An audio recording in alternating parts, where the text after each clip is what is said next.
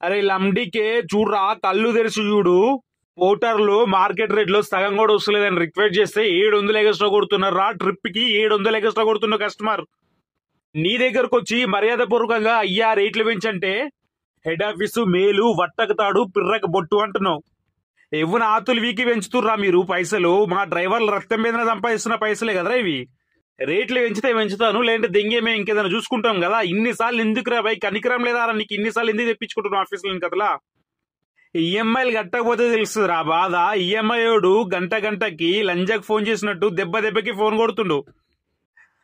Join చేసుకునే ముందు అడ్డాల మీదకి వచ్చి కాలు మొక్కిరు రా బాయ్. ఇప్పుడు గుద్దలు పురుగు మెసిలినట్టు మెసులుతుర్రు. అత్తగారింటికి వచ్చిన కొత్త కోడలు అనుకున్నావారా? 11 సంవత్సరాలు అయిందిరా నువ్వు మార్కెట్ లో దిగి. రేట్లు పెంచరా అంటే ఏసీ రూమ్ లో కూర్చుని బెర్ర పెర్రలు పెంచినట్టు పెంచుతున్నావు సోడిగా. ఇప్పటికి అవే పాత రేట్లు, 2-3 సంవత్సరాల ముందు ఉన్న రేట్లు ఇప్పటికున్నాయి. బండ్ల మెయింటెనెన్స్, బండ్ల ఈఎంఐలు, ఇంటి ఖర్చులు, ఇల్లు కిరాయిలు, గ్రాసరీ, కిరాణా అన్ని పెరిగినాయి. ఒక్క నీ రేటు తప్ప. దాసి దాసి దయ్యాల పాలైనట్టు మా డ్రైవర్ రథంతో కట్టుకున్న నీ సామ్రాజ్యం మొత్తం ఒకరోజు నాశనం అయితే చూడరా.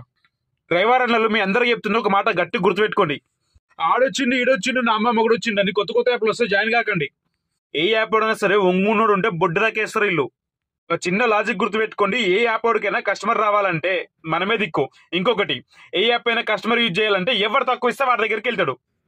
మార్కెట్ లో 1000 రూపాయలు ఉన్న కిరాయి ఒక యాప్ వాడు 800 ఇస్తే, ఇంకొకటి 900 ఇస్తాడు, ఇంకొకటి 700 ఇస్తాడు, ఇంకొకటి 600 ఇస్తాడు. ఎవరి దగ్గర తక్కువ ఉంటే వాని దగ్గర కస్టమర్ వెళ్తాడు.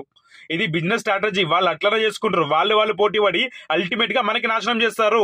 కాబట్టి ఇప్పుడున్న అకౌంట్కే ఎట్లా చేసి వాడు ఎట్లా రేట్లు పెంచాలని చెప్పేసి దాని మీద కాన్సన్ట్రేషన్ చేసి మనం ఎట్లా వీటి దగ్గర రేట్లు తీసుకోవాలి, మన హక్కులు ఎలా సాధించాలి, మనకు అనుకూలంగా వీడిని ఎట్లా ఉంచుకోవాలన్న దాని మీద ఆలోచన చేయండి ఫ్రెండ్స్.